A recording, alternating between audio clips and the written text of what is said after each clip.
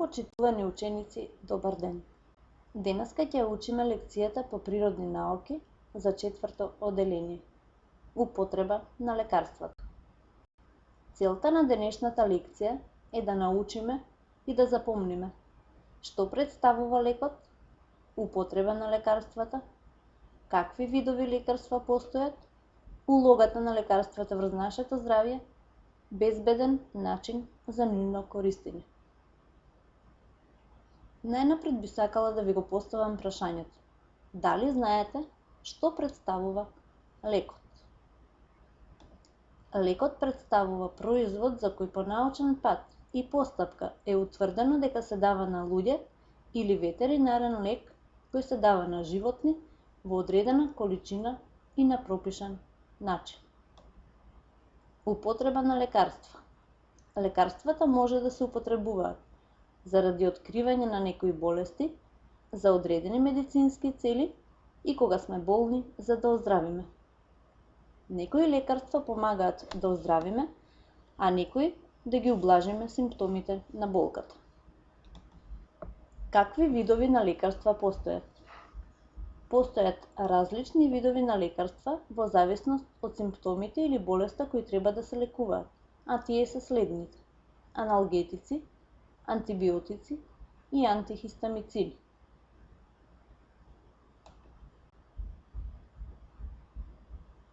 Пред вас гледате 3 сликички. Сакам да ми кажете, на која сликичка е представен правилниот начин на кашлање? Така, ви благодарам.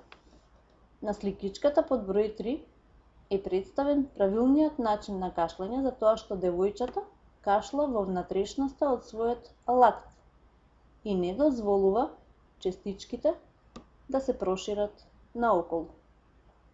Што правиме кога имаме кашлица? Постојат многу видови лекарства кои ги примаме кога постојано кашламе за да ни се смири кашлицата. Но исто така тоа можеме да го направиме и по природен пат, односно со подготовка на чајче од било која лековита билка во која ќе ставиме мед, лимон и ѓумбир, но секако по препорака од вашиот доктор и доколку не сте алергични на некоја од билките.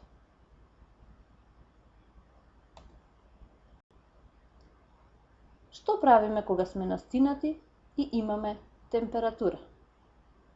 Дали може би ги знаете симптомите кои се појавуваат во тој момент? Да.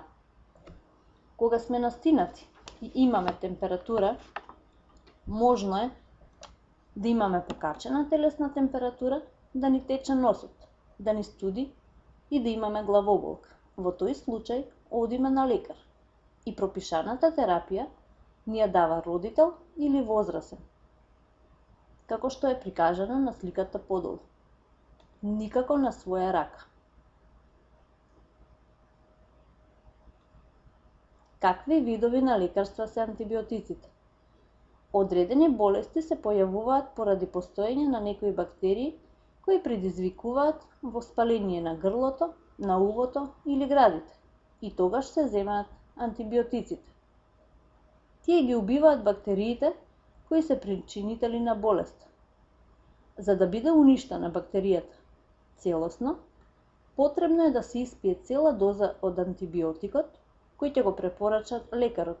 И повторувам, никако не го земаме антибиотикот на своја рака и по сопствена желба.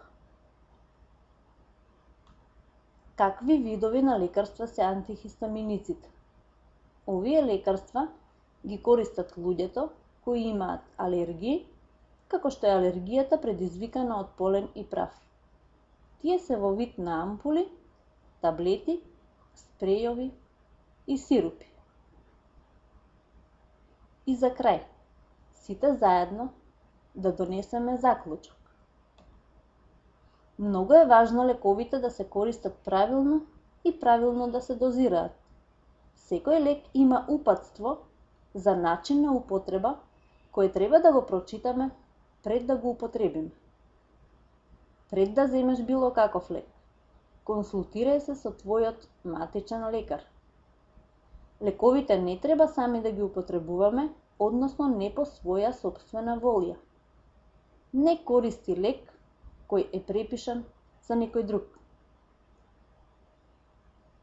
Апел до секој.